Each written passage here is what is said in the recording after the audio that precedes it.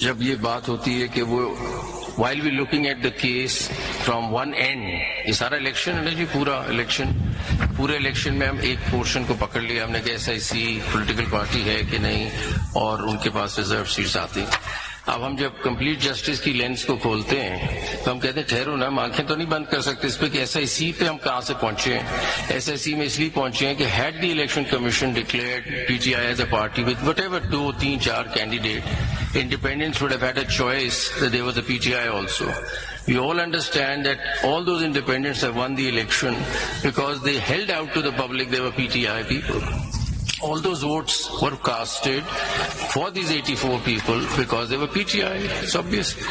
अब having said that, now we say okay, वो सारा चीज जो है हमने नहीं देखना एकदम, और हम ये देखने लग जाए थोड़ा सा पोर्शन, तो फिर कंप्लीट जस्टिस को और हमने क्या करना है इस क्लॉज को कि अगर हम पूरी पिक्चर ही ना देख सके, वो आपको दिखाया ना दिखाए बट मैं सुन लेना, कहना चाह रहे हैं कि कंप्लीट जस्टिस को क्या कहाँ लेके जाना है अगर हम ये चीजों पे आंखें बंद करने लग जाए इधर उधर और घोड़े की तरह इस तरह वो लगा के चलने लग जाए। Complete justice is to broaden the vision, see the whole transaction. Attorney general limitations, attorney general साहब आपने शायद वो अगर वो लिस्ट एग्जॉस्ट होती है तो फिर एडिशन तो ठीक है, तो प्रोविजन है उसमें एग्जॉस्ट के बाद जी। तो लॉ में इस तरह की कोई प्रोविजन, ये लॉ के अंदर की सेक्शन 104 की बात कर रहा हूँ। No situation to deal with such situation. There is no remedy provided how to deal such situation under the law. My lord, in the now Constitution it is not provided. Now this situation has arisen, and in this parliament there are about 32 or 33%. This is one of the creative and progressive interpretation at one end. My lord, that might be so. There are about 33% members who, according to the order of the Election Commission, were declared as independents. I've shown you the example of Balochistan Assembly where not as much, but more than 20% were independents. The question before your lordships in order to deal with this situation would be whether under 51(6)(d) Sunni Ittehad Council was the party which the independents could have joined. Now, if it was a party, if you come to the conclusion that it is the party which the independents could have joined, then the proviso to sub-rule 2 of Rule 95 would kick in and these independents would not be excluded. Actually, I was reading the literal text of Article 51D. What is provided in that? Does it cater the need of the time which you have done? My lord, in this case, the primary question will be a two-step response to this, and that is how the case has also been made out. First is whether this is a party which the independents could have joined for the purposes of paragraph B of clause 6 of Article 51, and then if they could, whether this party then becomes or is entitled to those reserved seats or not. So this is in this order, the questions have to be addressed, in my respectful submission. If the court comes to the conclusion that yes, this is a party which they could have joined and therefore their status is no longer that of independence, then proviso to sub-rule 2 of Rule 95 would kick in and they will not be excluded. But if you come to the contrary conclusion to the contrary, then their status will then become that of independence and then they will have to be excluded. I will make, during the course, I will make another submission which might then bring home the point what I'm trying to make. What your emphasis is that exclusion of the independents with regard to the proviso. It caters both the positions, exclusion and inclusion. Inclusion is also under the proviso. If they join the party within prescribed period, they get excluded. And that join such political parties. Yes. And that's what the proviso also mirrors actually. It gives effect to the proviso to paragraph D. Exclusion and inclusion both. My lord, if I may now, my lord. Attorney General, I think we haven't addressed the basic question, and that is in the context of Article 51D. The edifice of Article 51D is the constitutional right of a political party. Now here, a political party has been excluded by the Election Commission, and that is the question. Now this would be a very grave constitutional violation committed by the Election Commission itself. So as a constitutional highest court, it is not our obligation to correct this very serious, grave constitutional violation, because it goes to the root of democratic principles enshrined in this constitution, and it has virtually disenfranchised all those who voted for that political party. My Lord, I intend to, and my Lord has raised this question, had raised this question yesterday. My last submission actually addresses this when I make submission on Article 187 also. But can you before come that, to I the have examples that you have given of the 2024 elections in your paper book? Because the impact is important to note and understand. So what you've shown on page 23? Lord, Ladyship, if I may, this is the record which I had placed before you. For the purposes of the submission which I have made with respect to this record is only one.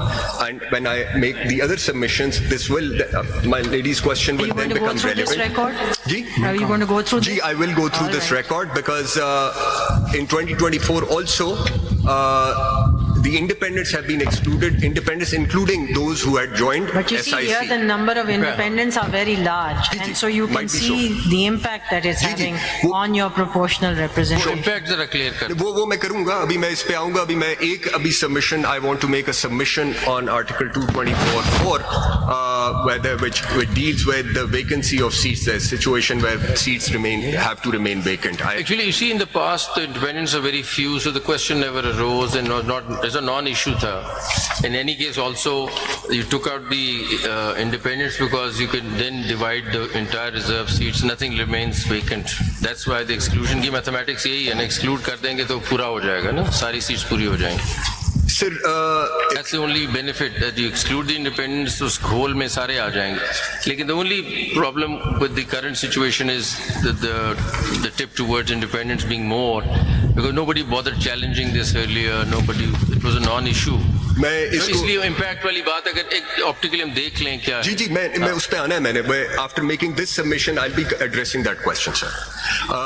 Now if my lords and your ladyship may kindly turn to Article 224, I'd read out clause 4 and then take you through the other provisions. The submission I wish to make, the point I wish to make, my lords and your ladyship, is that the vacancy of seats envisaged for a very limited, narrow window under the Constitution gels in with the scheme provided in the Constitution itself, as also the law which is applicable in this case. Now, if I may kindly read out clause 4 of Article 224 very quickly. When, except by dissolution of the National Assembly or a provincial assembly, a seat in any such assembly has become vacant, not later than 120 days before the term of that assembly is due to expire, an election to fill the seat shall be held within 60 days from the occurrence of the vacancy. Now, What's relevance? my lord, my submission is that the Constitution does not envisage vacancy of any seat. A seat must always be filled, particularly in the present circumstances also, where the seats are reserved for women and non-Muslims. How does that work when a candidate of a reserved seat passes away or something? Clause 6 kicks in. Clause 6 kicks in. I'll read that out also, but वो भी पढ़ देता हूँ फिर अभी. When a reserved seat for women or non-Muslims in the National Assembly or a provincial assembly falls vacant on account of death, resignation or disqualification of a member, it shall be filled by the next person in order of precedence from the party list of the candidates to be submitted to the Election Commission by the political party whose member has vacated such seat, provided that if at any time the party list is exhausted, the concerned political party may submit a name for any vacancy which may occur thereafter. Now back to clause 4. Now there is a 120-day window, which is 120 days before the expiry of the term. If a seat falls vacant, Constitution says don't hold elections. And one rationale is provided within this clause itself, which is when read with Election Act, there is a 54-day election program also. So the 66th day is an absolute cutoff. Because after the 66th day, if the seat falls vacant, the elections cannot possibly be held because the 54-day election program cannot be seen through. There is another rationale to it also. If you may kindly turn to Article 222.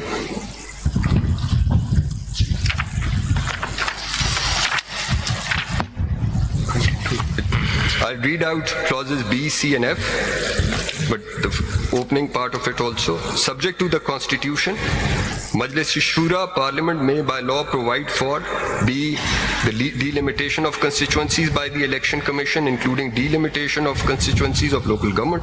C, the preparation of electoral rolls, the requirements as to residence in a constituency, the determination of objections pertaining to and the commencement of electoral rolls, and F, all other matters necessary for due constitution of the two houses, the Provincial Assembly and local governments. Now, the Constitution requires Election Commission to carry out these activities for the purposes of conducting elections and due constitution of the two houses. If I may take you to Section 14 of the Election Act. इसमें क्या बताना था? इसमें मैं ये बता रहा हूँ कि इलेक्शन एक्ट का सेक्शन 14 आप देखेंगे तो 4 महीने के अंदर before the expiry of the term of the assembly the election commission is to complete the delimitation, prepare electoral rolls and so on and so forth, which is its duty under clause F और 222 and the other provisions of the constitution. So section 14 अगर आप देखें election act का, so this timeline actually works with the timeline provided under clause 4 of article 224. जहाँ पे 120 days बताया था, तो साथ इलेक्शन एक्ट में बताया कि 4 महीने एक्सपायरी टर्म की एक्सपायरी से पहले ये सारी एक्टिविटी और ये सारा काम करना है इलेक्शन कमीशन ने, जो 222 में बताया हुआ है. So when you read them, all of them in harmony, the constitutional command becomes very clear, which is that no seat can be left vacant but for what is provided under clause 4 of article 224. So section 14, I can read out, but my lords may kindly note what I've submitted with regards to section 14. What do you say about Article 51(1) as my lord Justice Muni pointed out? जी. यहाँ पे जिक्र seats का है और membership का नहीं है. जरा My lord, 51(1). my lord would see that Article 51 deals with the stage where the elections are being conducted, elections, it deals with the elections, it deals with the seats which are to be filled. Now, during the process, once the seats get filled, then they become members of the houses. So in the constitutional flow, a scheme of things, you start with 51 and then when you proceed, you are past 51 and the returned candidates are declared as such, they are administered oaths of the offices, they become members.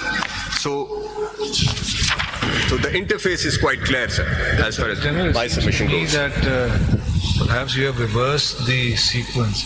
I think the operative presumption of the Constitution is that in any house or provincial assembly, no seat, reserved or otherwise, will be left vacant.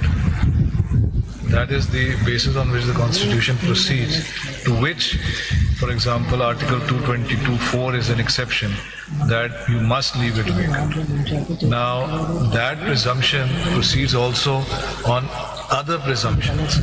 As my learned colleague Justice Mazur Ali Shah pointed out, that the number of independents will be low. As you yourself said yesterday, that if there is a very, very large number of independents returned, there is something dysfunctional, something has gone out of kilter. Right? You said that yesterday.